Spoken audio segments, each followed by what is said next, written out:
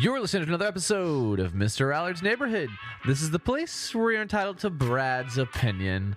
And now for your host, Brad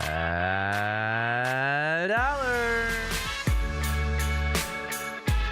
Well, Taylor, see, pollen season's back. Yeah. Yeah. You gonna be all right? I'll be all right. Yeah. Okay. You sound like Barry Jinxed White. it on the last show. Yeah, I was gonna say he needs to do the whole podcast. Yeah. What'd you say? You're listening how you to Mr. doing? Allard's Neighborhood. Yeah. That's just creepy. Okay. All right. Love the low Yeah. whisper. Yeah. Okay. I'm good. trying not to scare people off. I already do that now as I share all this stuff. You know, I need to have like one button I can share all the various platforms that I pass this on to. Boom, boom, boom. We're done. Good. Today of Ryan Richardson, incumbent on place 3 and candidate for place 3. We're going to talk about what he has envisioned for the next few years if he wins, which we'll find out because today's the start of early voting. I'll be mentioning that probably more than once.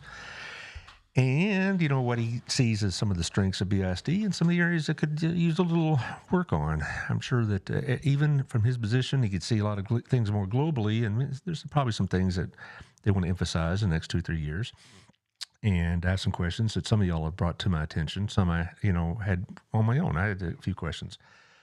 I'd like to, one thing we talk about is school expansion. Is that coming and how we would handle that? And we were talking about that before the show, and I did not know that really that's a contingency you've already taken care of in some ways. Mm-hmm. That's a good thing. All right, I'm going to run through the sponsors real quick, and we'll get to the show. Thank you, Daniel, CrossFit Burleson. Over at 317 Southwest Wilshire. Check out CrossFitBurleson.com for the training plans and the schedules and the regimens and the whole thing. They got morning classes, they got evening and afternoon classes, the whole thing. Supervised workout. 317 Southwest Wilshire, CrossFit Burleson. Thank you to Shandy. The Stoggsville group, she'll be on tomorrow. We talk about her race in place 4. And it's really, kind of on a segue here. You could say the same thing about place 3's race. It's been very cordial and very civil, and I'm really glad to see that. It's really been the 2 school board races, I think, have been conducted in the way Burleson wants their races to be conducted, factually and civilly and cordially. So I've been really happy to see that. But she'll be on tomorrow to talk about her race, but also if you want to talk to her about real estate, that she's sitting by the phone right now. So but she knows what real estate is, and she's a very, very intelligent woman. So thank you very much, Andy. I just came from this joint from our place. I was meeting with a new sponsor that's coming on board next week, Old Pro Roofing. And so I ran in there and I got there about 9:20 and it was about 75% full. And when I left, it was full. And I left around 10:30 and there were cars circling the parking lot looking for an empty space that they probably had to park over at Lowe's. And this is 10:30. So Auto is doing pretty well. And there's a good reason for that. The food is good. The service is good. The atmosphere is good. So go to our place and give yourself a break. Also, you need another kind of break. Go to Wild Cigar, have a smoke, have a drink. It's a relaxing place because they're TV and shouting at you, or they're not playing disco at top volume. It's very relaxed, cultured place to have a conversation in. So go over to Wild Cigar over at the Standard. It's Monday, Wednesday, Friday has drink specials in the late afternoon. So we run by on that. Also, about 10 days ago, I had Tiffany Nico from Local Life, and she's got some special rates for the summer, so you ought to check those out. A lot of summer advertising comes on board. So check out locallifetx.com if you want to see these rates. And also, got to consider, she goes to 30,000 homes, and so it's very direct marketing for this area. So if you got a business that does business here, that's certainly a very serious consideration, and it's a very affordable rate as well. Thank you also to Southern Gym. I talk to Gail every week and say, when are you going to move downstairs? And it's always, we're trying our best to get off my back, but she'll be there probably by the end of May now. But they're having a big sale right now. And also Mother's Day is coming up. So for the woman in your life, mom, your wife, or somebody like that, that really helped you out along the way, think about a little gift for Mother's Day over at Southern Gym. They got a sale going on right now, top of the Windmiller building as of now. Also, thank you to First Do Detailing with Caleb Patino. If you want your car looking better than it did when it was on the showroom floor, call 817-776-0478. That's 817-776-0478. And he'll come out to your house or business and detail your car, power wash it, detail it. A couple of my friends in BNI, which he's one, have used his service, and they just rave about it. They said he does excellent work. Also, speaking of BNI, another friend of mine, Thrive, with Dee Dee Simpson. Dee Dee is it's a whole marketing package. It's not just, advertising, even though it's part of it. It's not just social media, even though that's part of it. It's a whole process. It's a whole business support system in one. So call 520-955-7860. That's 520-955-7860. And Dee Dee will hook you up with helping you get your business. And I use Thrive to help me get my stuff posted on the various social networks. It's one reason I have like 40 different platforms this goes out to, some of which I never even heard of. So, I get a monthly report from Libsyn, the group that connects me to Apple, and it's like, wow, I got heard in Australia. I'm thinking, now that's some reach right there. I don't know who's in Australia that I know or care about, but there you are. But they're really smart.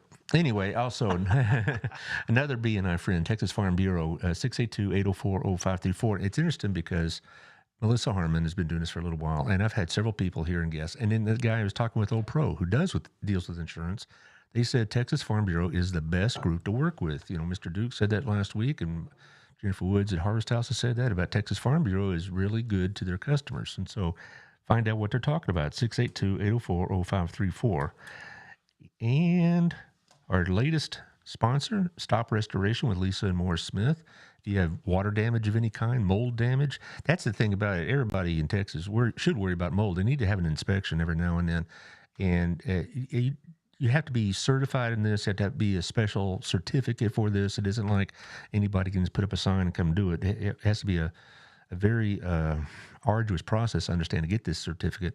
So come have them check out your house, or if you have some damage, or if, we have a bad storm, they're the people to talk to because they get it right the first time.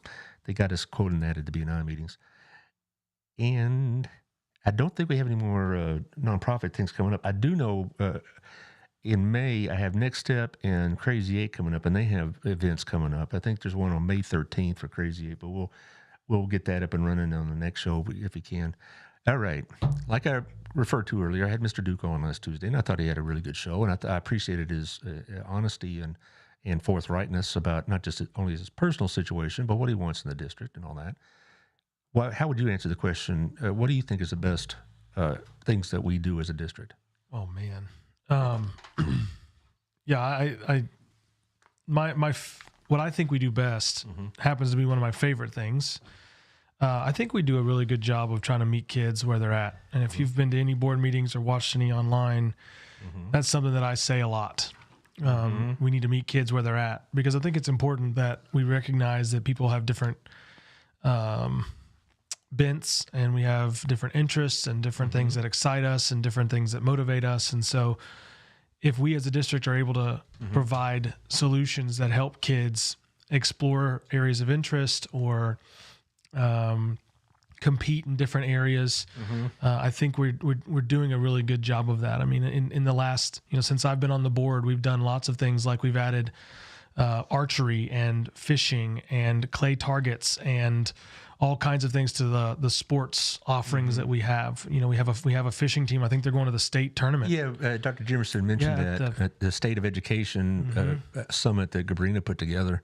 I really enjoyed it. I came away.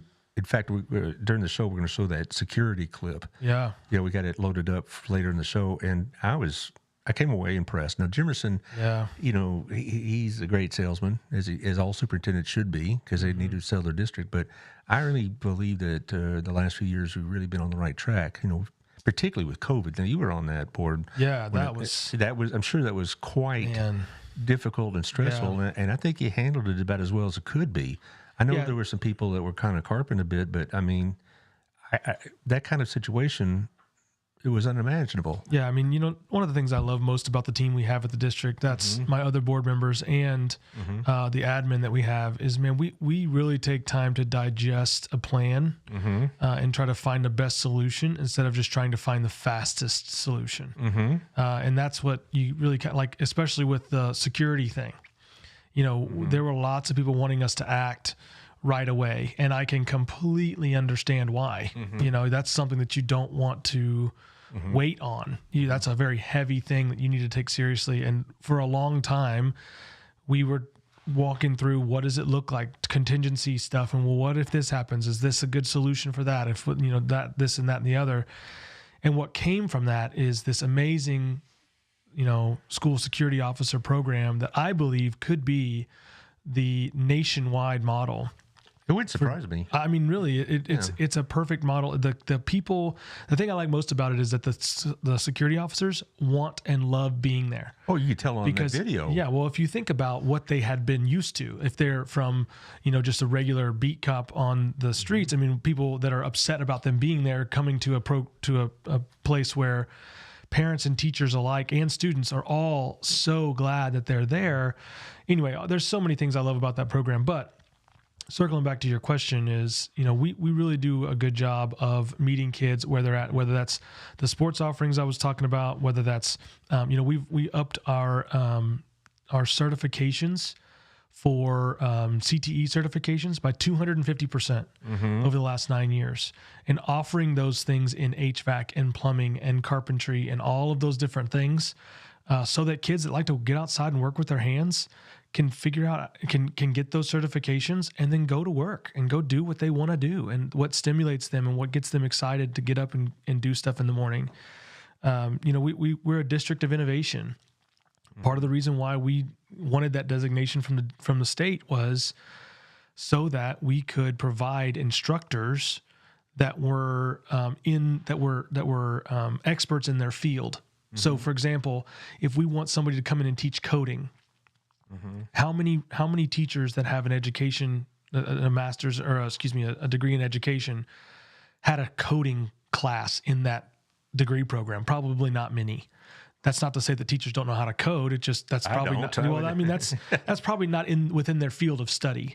However, being a district of innovation, we have the ability to bring in instructors that want to teach kids how to do this thing that they love to do. Now, obviously, those instructors have to be vetted and blah, blah, blah. All that sort of stuff goes through the thing. But allowing someone an opportunity to explore the realm of game design or graphic design, those types of things, while they're in high school, helps them figure out where they want to be. And that's kind of what I feel like our role is, right? We got to educate kids, but we've also got to show them, hey, this is where you could fit in the world. Like, this is where you can be. And so I think that's probably one of the things I love most about what we do is we've got something from the guy who wants to play video games, to the guy who wants to play an instrument, to the guy who wants to, score a touchdown, to the guy who wants to build a house. We've got an offering for all that. I mean, the Fire Academy, for crying out loud, we graduated 21 kids this last year was our first year to graduate people out of the academy. And they were, a lot of them had their EMTs, paramedics, whichever one is the less. I think it's EMT is less, and then paramedic is the one that needs more schooling. But we had a big group of kids that got to jump out and they started going to work at fire stations right out of high school. And so that's just so cool to me that we can provide those options, and it doesn't have to be well, what school are you going to go to after this that will prepare you for your job, or prepare you for college, or prepare you for the military, or whatever. We can provide those areas here while they have support at home, while they have support of the community, the support of their peers that they've known for a long time, instead of uprooting them, moving them out of our local area, putting them down somewhere, and then saying, okay, here, now figure out college stuff and figure out what you want to do. But we've been able to create an environment where we can expose these kids to any area of interest that they have. Well, I knew Dr. Jimerson would be a different kind of superintendent because, this kind of dates me a little bit, but about 12 years ago, AP and dual enrollment, I'll put it that, dual enrollment was on its way out. The superintendent at the late 2000s wanted to do away with dual enrollment because it affected our scores statewide, because kids are not taking AP, they're taking dual enrollment. And so we got down to the last year, like 2012. This was the last year of dual enrollment, and there were some mad parents. And two board members got on board, Scott Atwood and Andy Pickens, and said, "What are you talking about doing away with it?" So they revived it, and Jimerson comes on board the next year. And let's be very clear. I'm not blaming Richard Crummell. I'm blaming Crummel's predecessor. But Crummell was put in a very tough spot and had to kind of keep the boat afloat for a couple of years. And then they brought in Jimerson, and then he said, we're going to amp up dual enrollment big time. And by the time I left 3 years later, it had been revived. And now we got the early collegiate program and all these other things. You know, another thing I've told people on this, that even when I first joined the high school in the 1990s, 1990 itself, people were coming to the state to see our tag programs or special ed programs and things of that nature. And they're doing that now for the gaming school, early collegiate, some of these specialized programs at the high schools. Yep. So even though we're just humble little Burleson, we are actually considered a leader in this state. Yeah. We I do have a little factoid on your AP deal. We've increased the percent of AP exams at 3 or higher by 35% over the last 9 years. That's from 34% to 46%. So almost half of all the AP tests that are taken by our kids are 3 or higher. That adds to helping with dual enrollment and credit for college and those kinds of things. Additionally, we have increased the dual credit enrollment by almost 465%. And increased the number of AP students by 119%. You know, one of the best things also we get a lot of comments on is the Burleson Opportunity Fund. Oh, man. And then, but of course, we were both at the summit last Thursday, and they mentioned, hey, guys, it's time to pony up a little bit because we have so many applicants for it now. Yeah, the cool thing about that is that you had other people other than the ISD praising the Opportunity Fund. Oh, yes. And that's cool to see, too, when you've got something that the community can get behind, which, again, comes down to meeting kids where they're at, right? I mean, that's something that the community can get behind to support our kids, because everybody loves to support kids. And that's an easy way. Go have breakfast once a year and, you know, donate some money so that kids can have an opportunity to go to college.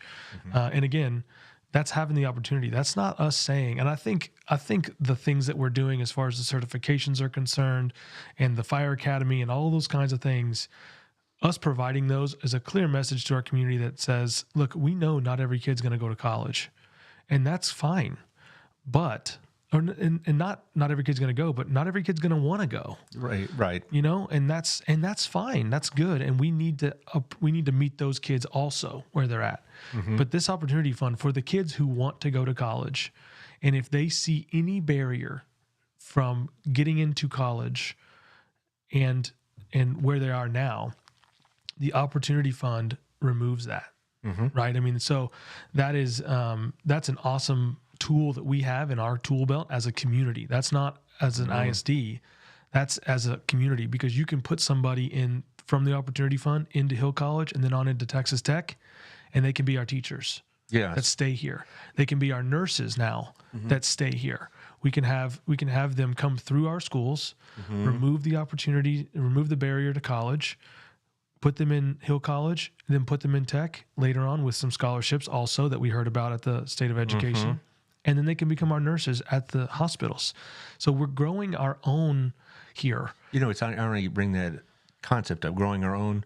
I remember when Ronnie Johnson was on the school board, and we were just talking about stuff at Dairy Twin, and he, at the time, they're having a hard time finding math teachers. And I said, why don't you give scholarships to some of our students that want to go to college to be math teachers? And then, you know, have them come back here for, you know, an agreed amount of time, kind of like, you know, some communities do with doctors and whatever else. And thought, that's a great idea. And then he joins the city council. So I don't know how far that. Yeah, I guess that's as far as it went. But I'm glad that's essentially what we talked about 13, 14 years ago. Yeah, and I mean, you know, I think it's a signal to the community that we care about the community. We as a school district want to make our community better, and that doesn't stop at community service days to pick up trash, right? I mean, that goes all the way through our commitment to help your kids see the investment that we're making and trying to get them to a place that they feel like this is where they're supposed to be. Well, from an outsider, I'm not an outsider, but if I were, I would look at all these programs and say, that must cost a lot of money. Do you have any concerns about being able to maintain that level of expenditure? No. mainly because a lot of the people who are heading up those programs are passionate about the programs. Like if you listen to the fishing team is the most recent example because it's fresh in my mind. Yeah. The sponsors for that fishing team are passionate about bass fishing, and they know the people to talk to get sponsorships for the state tournament, this and that. Archery is another one we qualified for nationals. Unfortunately, the team was unable to go because it was in like, I think Tucson or something like that. But it's their first year, right? So nobody really knows about it. They're trying to get some support. I don't really think that's an issue. The other thing I would say to that is because we are using partnerships within our community that are also sharing the load.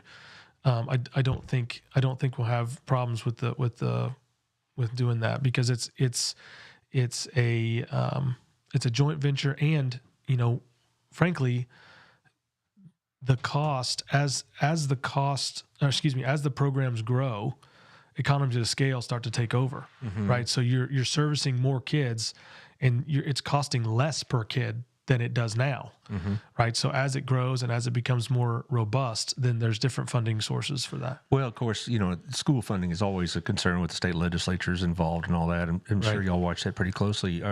From what you've seen from the state legislature so far, are you satisfied that you're going to be adequately supplied by them?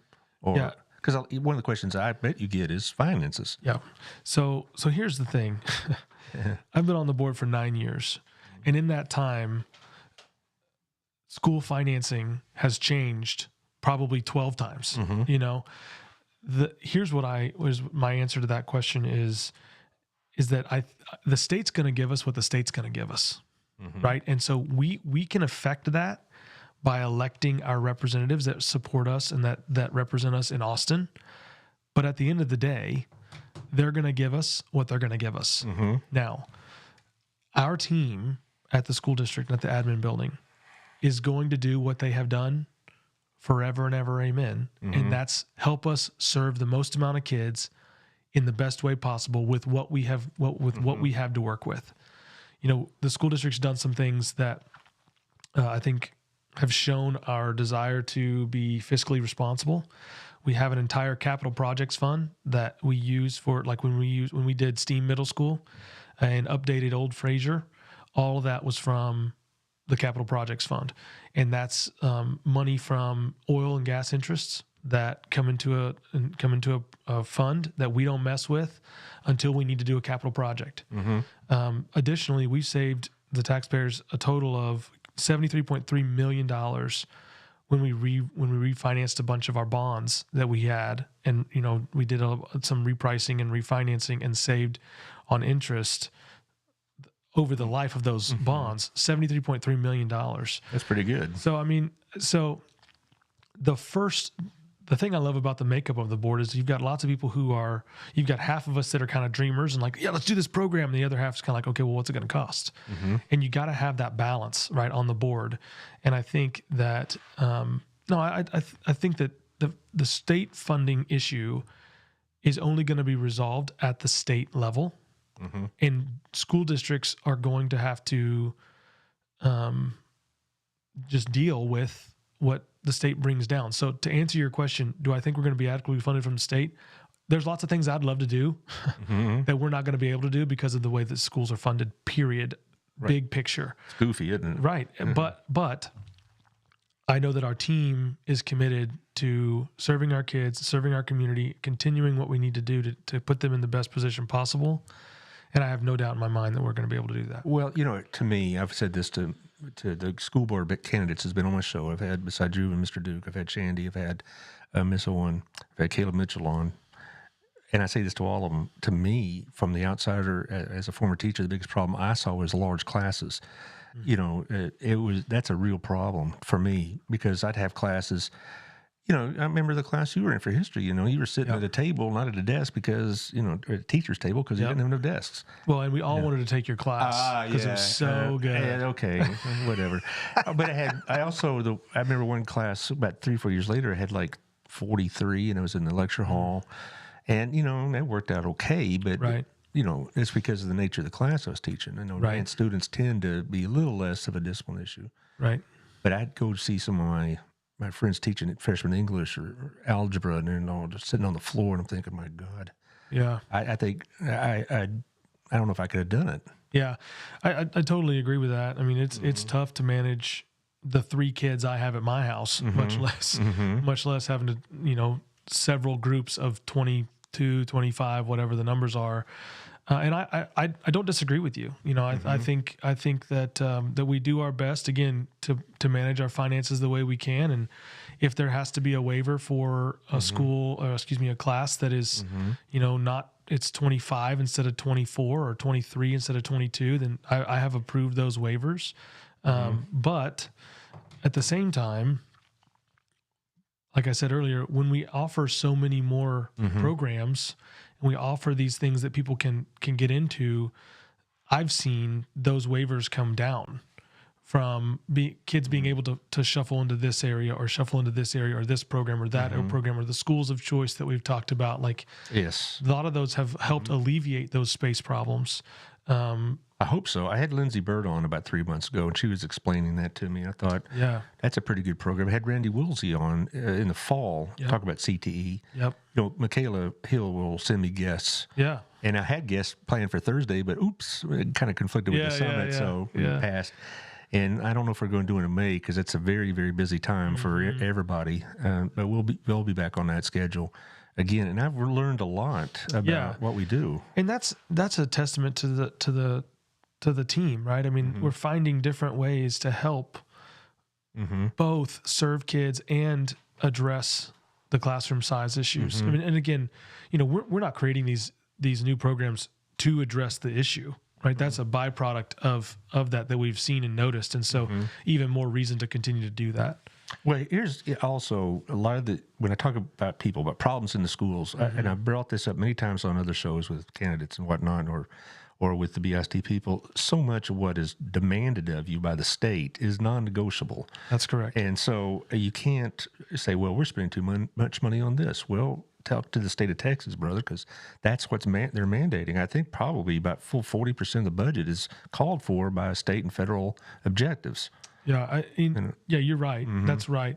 One thing that I try to steer away from though is oh, well, this is just the way it is. Okay, well, it was a different way before it is the way it is now. So, someone else came up with an idea that that we could do this or that a different way. And so I think that's one thing that I love about our board and our admin is that we are trying to push envelopes in areas that we need to find out how are we doing this? Like how are we going to continue to innovate and continue to provide these opportunities for students within the playing by the rules of the game, right? That's kind of my analogy that I use with a lot of people is the dartboard is a certain place on the wall. The state will then move the dartboard and they'll move the little rungs of the bullseye. Well, that just means we have to be better about how we throw the dart, right? And so I think that keeping people diligent and not accepting what's currently going on just as it just has to be that way is the reason why you see so much innovation going on in our district. And what drives me nuts is that, a lot of our educational policy is driven by legislation, not by experts and all this. And I get the whole process, but a lot of times these legislatures are passing bills for political purposes and not for educational purposes. And you still it doesn't matter if they're passed, they're still laws. That's right. And, it does drive me a little nuts. Even then, and you were right at the tail or beginning of the tax process, the tax standardized testing. You talk about a major imposition, to say the least, financially on the districts, and it still is. Standardized testing costs a lot of money. Yeah, it does. And they're continually moving the target, like you said, and changing the formats and whatever else.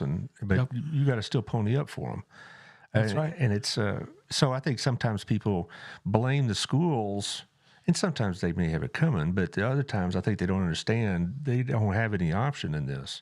Yeah, go ahead. I think when you look at, principals and superintendents and admin staff and school boards, I think the question you have to ask yourself is, are they doing all that they can? Are they thinking of all the options? Are they approaching it from all the different angles. Do they have the right people on the bus to help them discuss, we want to do XYZ, but we currently have these obstacles. Right. How are we going to get, excuse me, to XYZ with these obstacles in place? And finding people that can think that way instead of just finding people that say, well, this is the way we've always done it, so this is the way we're going to keep doing it. Well, as an example of the innovations you were talking about, and we mentioned earlier about the security. Taylor, do you have that video clip booted up? I like, there you go. I like to show this. We saw this at the Education Summit, and I was recognized 3 or 4 old friends from it. It was great. Yeah. So, if you would, please.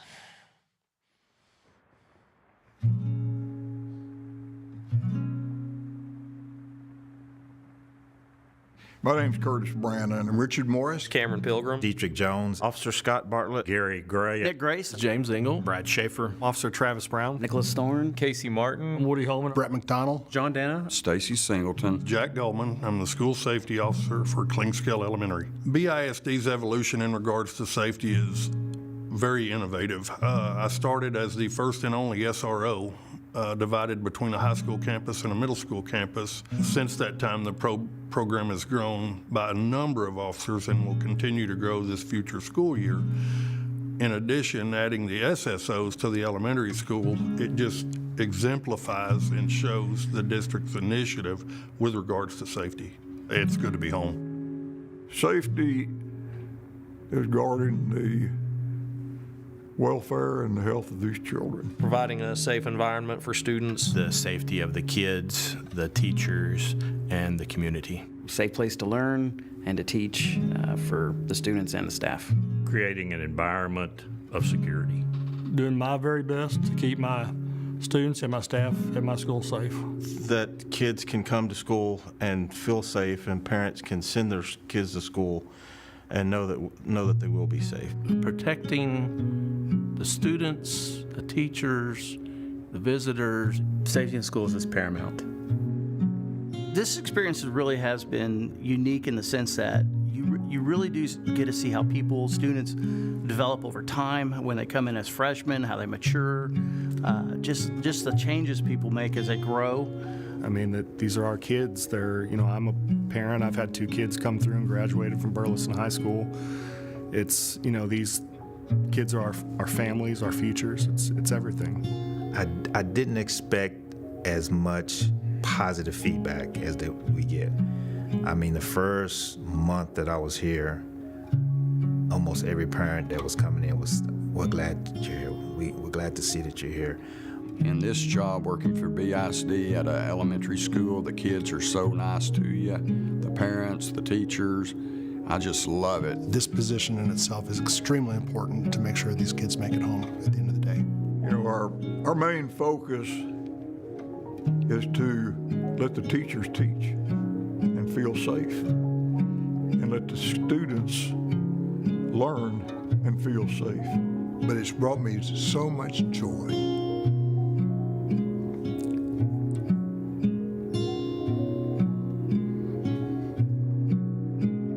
But it's important to me. The students and the staff are now my family. And I feel like I'm taking care of my family. Safety is the priority. The number one priority. Highest priority. Top priority. Our number one priority. Priority number 1. Safety is our number one priority and our only focus. That's a well done clip. Man, God. I don't know the gentleman who got kind of emotionally choked up at the end, but you could tell how much the job meant to him. So Mr. Morris is the guy that you're talking about. Okay. And he is a joy. Yeah. You want to talk about bringing him joy. He is, man, he is such a blessing to our district. All those guys are, doctor. He's definitely not a doctor. Officer Goldman. Oh, you remember him from your days? Yeah, he was the SRO when I was there, and I would see him out and about, around the community, and every time it was consistent. He gave me a hard time. Oh yeah, but I could tell that he really cared for me, and there was a couple times there, whether he'll admit it or not, that he told me he was proud of me and this and that, and I'm a grown dad of 3, right? But it still means the world. You and betcha. I think, I'm so proud of that program and so thankful that our entire team, all the way from the board to the teachers that are on the campuses, and that everybody helped, everybody gave input, and everybody came up with a solution that I feel like, without a doubt, can be the national model. And that I'm so proud to be a part of something like that. With such a big issue. Yeah. Was Jerry Stringer on the campus also at your time? When I was there, yes, sir. Okay, so you had Stringer and Goldman, who were local legends, and I saw a couple other old friends, Woody Holman, I've gone to church with. And good man. And Stacy Singleton, another Burleson icon. And then Nick Grace, an officer at the Burleson PD, a former student, a very fine man. And Cameron and I graduated high school together. Yeah, Cameron Pilgrim. Oh, that was Cameron Pilgrim. Yeah. I had his brother, Keith. No, yeah. Cameron and I were 04 graduates together. How about that? So, the thing about it is that I always stress that when we talk about security, this is something that predates that disaster at Uvalde. It wasn't like y'all were sitting around, sipping your coffee, and then this crisis happens, and then you said, we need to do something about it. Y'all were active on this for quite some time prior to that. Yeah, that's correct. But I do also want to thank several of the community members that came out and were consistent with asking us and listening to what we had to say about where we were on making decisions and what we had to do. I think, again, I think that's important, that community members and school district representatives come together and figure out a way that's best for the community. A candidate in another race, in fact, two of them, Shandy and Dow Sowen, brought up the idea about teacher stress. Are there programs or plans in the works or currently existing to help with that? Because it is a stressful job for so many different reasons, much more than it was even when I started teaching in 1988. Yeah, so to answer your question, I don't know of any specific teacher programs that are there to help manage stress. What I do know is, though, that we have on I think it's all of our secondary campuses. I have to check, but we did make an emphasis and create some hierarchy around providing mental health options through the counselors at our schools.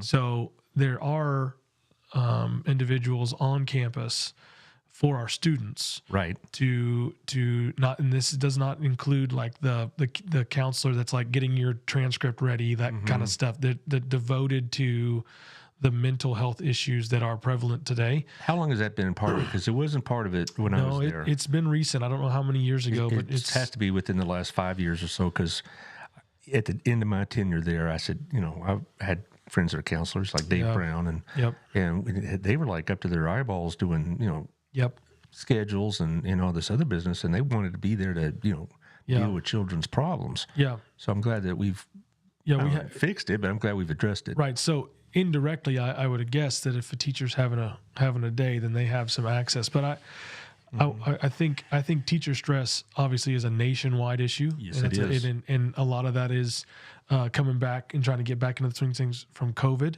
And all that sort of stuff, not to belabor that point by any means, but that the repercussion that comes from that interruption in a kid's development, whether they were, 9th or 10th grade when it happened or kindergarten, 1st grade when it happened, it takes time to move those people back through the system and get them where they need to be.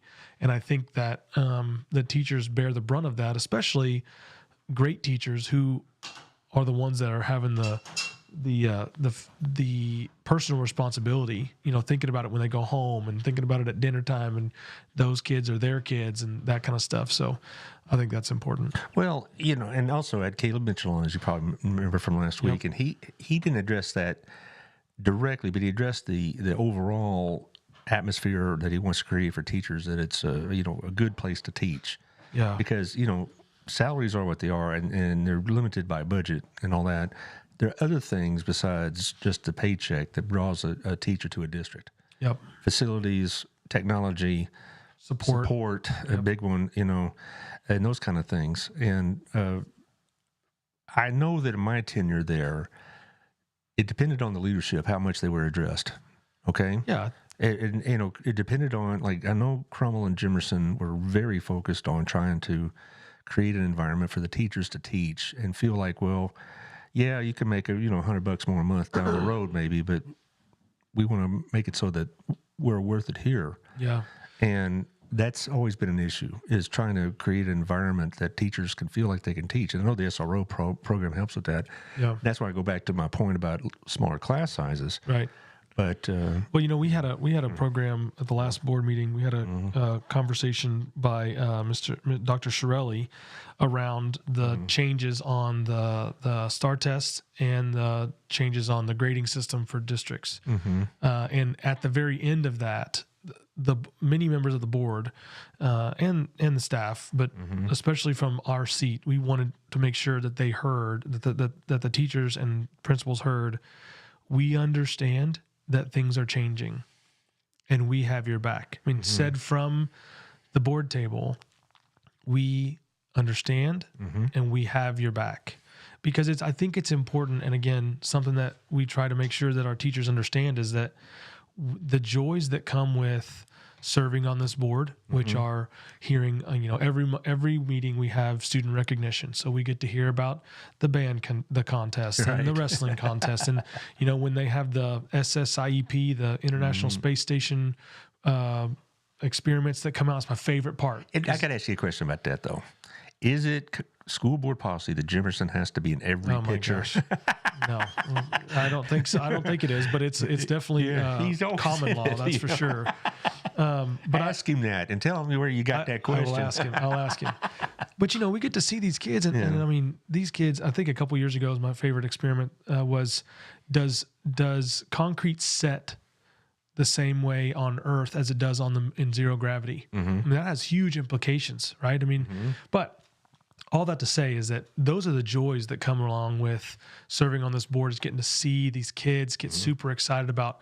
I think one of them had like a silkworm project or something. And these kids could not get enough of it, Yeah, right. And those joys happen because we are committed to our teachers and to our staff and to our kids in our district. And I think it's important that I would hope that if all of the teachers that I know would be honest with me if they didn't feel supported, and we need to address that. But I think that they do. I get lots of comments in that general vicinity around convocation time, whether it's Jimerson coming in on a Harley or, any of those other kind of things. I think that, the teachers feel that support, and I would hope that they do. But because it's a big part of the success of our district. Well, when I talk to my teacher friends that are still in the system or at other systems, the complaints that they would have, if you want to call them complaints, are universal to school, not to BISD. Right. All right. Discipline, apathy, all those things that, I'm sure Socrates was belly aching about his kids, something like that. But it's, I think sometimes schools are asked to fix problems that are presented to them because they're not being fixed at home.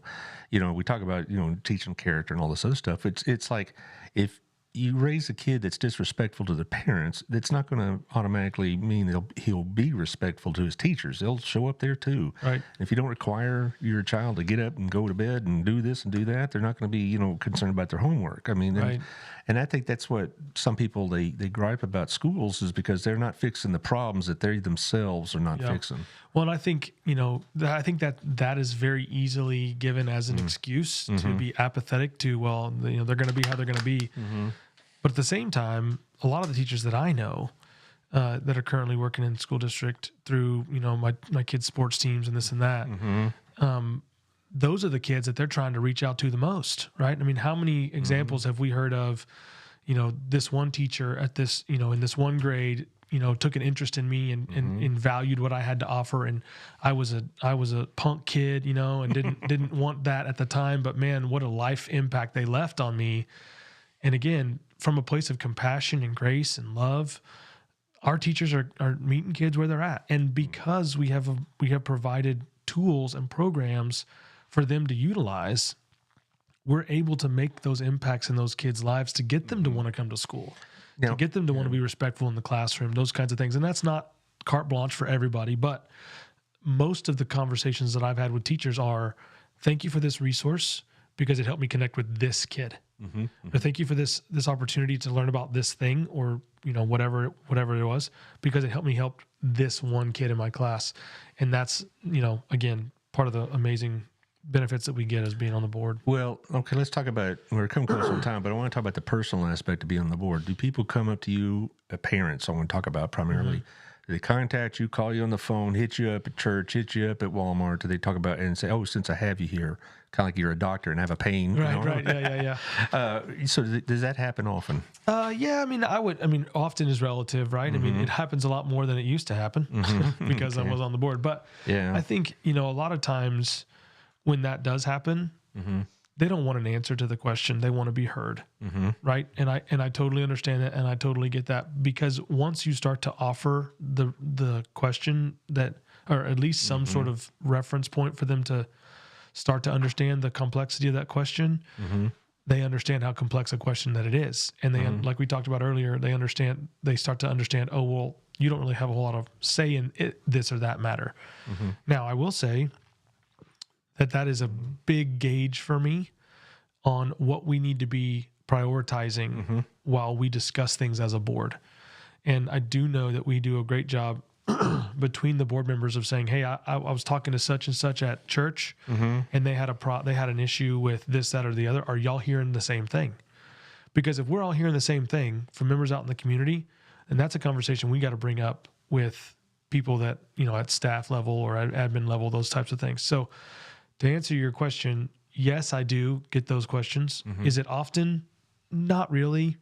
I do get a lot of thank yous. That's and nice. I get a lot of appreciate your help, your service, which is so great to hear, but no, I mean, I always like to have those conversations in person. Well, Mr. Duke last week also was very positive, and he was getting positive comments. The only thing that he said, I asked him what would be one of the things he'd like to see worked on, was the website and parent access. Is that something that you've heard as well? I mean, yeah, we've heard that for sure. I think, accessibility is a key thing for parents to understand, where to be. I think that, if the website is the way that it is. And, we have those things. And like he said on his podcast, on his episode, he said every time he's asked about those questions for the people that he's met at admin, that those concerns have been taken in and they're being addressed. Right. And so he said that, yes. And so I think that's, that was what he's taken away from his interaction with the public, is that they find sometimes that the website more difficult to navigate than they wish it would be. Yeah, and I get that. My personal opinion is it's probably going to be difficult to navigate anyway. Like, we're going to find something that's not easy to find. But I do know that has been a conversation, and that the people that are in charge of that are working on that and trying to figure out ways to make that a little bit better. But it's kind of one of those, if you learn how to do it once, then you kind of remember that, and next time it's not so hard. But I totally get... You're not 61 years old, I can tell. Yeah. Right? Well, I totally get wanting to have, the major things completely... like yesterday, I was trying to figure out if my son's soccer game was going to be rained out, and I had to go through 4 different tabs to get to the rain out line. Yeah. I get wanting to have it up front. But there's also things that are on there that need to be up front also. Right. I mean, so... Well, we're almost at time, and you'll get the last word certainly. But I want to say that I really do appreciate the way that not only you and Mr. Duke are handling the campaign, but also how the 4th seat, Shandy and Dallas and Caleb, are handling their race, because that's the kind of races we want to see in Burleson. Information driven, not this, that, and the other ticky tack crap. We want to see questions answered and confidence that whoever's elected has the best interests at heart of the board or the council. And so I appreciate that, all 5 of y'all are doing. But, I'm a stranger to town. You want my vote? What would you tell me? Yeah, well, my biggest thing is, I think I provide an advocate for young families. That's a big thing. I think, good night. The school, the schedule that we have in the spring with sports alone, not to mention anything to do with school or to do with church or to do, the holidays and this and that. It's just a crazy time. And so I think, that's a voice that our board desperately needs, is young family representation there, so that I can provide the perspective of, if you do this, young families are going to think this, or young families are going to do that. Again, my tenure, I mean, I've got tons of facts that I'll be putting on my website, on my Facebook page for the next several days leading up to Election Day, of what we've done in the last 9 years that I've been blessed beyond belief to be a part of. And by no means is it what I've done, but the people around us and the team that we've had have been able to accomplish some pretty great things. We have some really good members on that board. And we have been able to really, I feel like, begin to shape the new generation. And so I think that's kind of where I would land it is. Well, you got Bill Janish's vote apparently. Oh, hey man, thanks. So there you go. Well, good luck to you. I hope for the very best for you. Today is early voting. You'll know in about 2 weeks whether they return you for 3 more years. Downhill slide. Here we go. Well, the vote turnout is always what's critical in these small town races. Yep. Turnout is the name of the game. And so just remember that it's a different location this year. Where is Johnson County for Burleson is at the Burleson Sub Courthouse. Is that for school board as well? The Correct. City? Okay, Yes, sir. That's what I thought. And then if you're in Tarrant County, you can go to Bicentennial Park. They have an event center down there that you can vote at. Oh, there's one, the BR something. I forget this. I forget that. It's more for like West Crowley area for those people over there. But Bicentennial Park and the Sub Courthouse from 8 to 5 today. Next Monday and Tuesday, 7 to 7, same places. And then Election Day is May 6th, and that's open from 7 to 7. Now, you're not going to be there 12 hours a day with the sign. Oh, no. You have a job. I have a day job, yeah. I have a day job and 3 children. Yeah, so, yeah, right. I won't be there to hassle you. But I'll probably be voting on Thursday. We were going to try today, but my son dropped in from Oklahoma City, so we're spending some time with him. Yeah, we don't get to see him that often. That's cool. So we'll just postpone it, but we'll be voting. And also, I'll remind you, our place is having that election contest. Yep. And before everybody gets all spun up, I don't care who you vote for, just show us some evidence or your testimony is good enough that you voted. We'll put you in a drawing for one of 2 gift cards, $50 gift cards. And so how you contact us is either through this page or through my personal page, and we'll get you in there. Yep. And you can be a candidate and still win. So, hey, now we're talking. Of course, if you win, okay, sure. Yeah. It's like I was at the chamber gala the other night, and we had a little stick horse race, and I won the race, and then I won the drawing for betting on the winning horse, and so they were like, "Oh, that was a little rigged." And I was like, hey man, you got to bet on yourself. There you go. Paige Roper Zapata, another BHS graduate. Friendly reminder that every vote counts. Don't assume someone is a shoo-in. Absolutely, Paige. Thank you, Paige. Ain't she sweet? I mean, she's great. Yeah, I really remember her fondly. I hope she's doing well. All righty. Tomorrow I have Shandy, and then Thursday Ronnie, and it's going to be a big week. So tell your friends, tell your neighbors, and we'll see you then. Thanks a lot.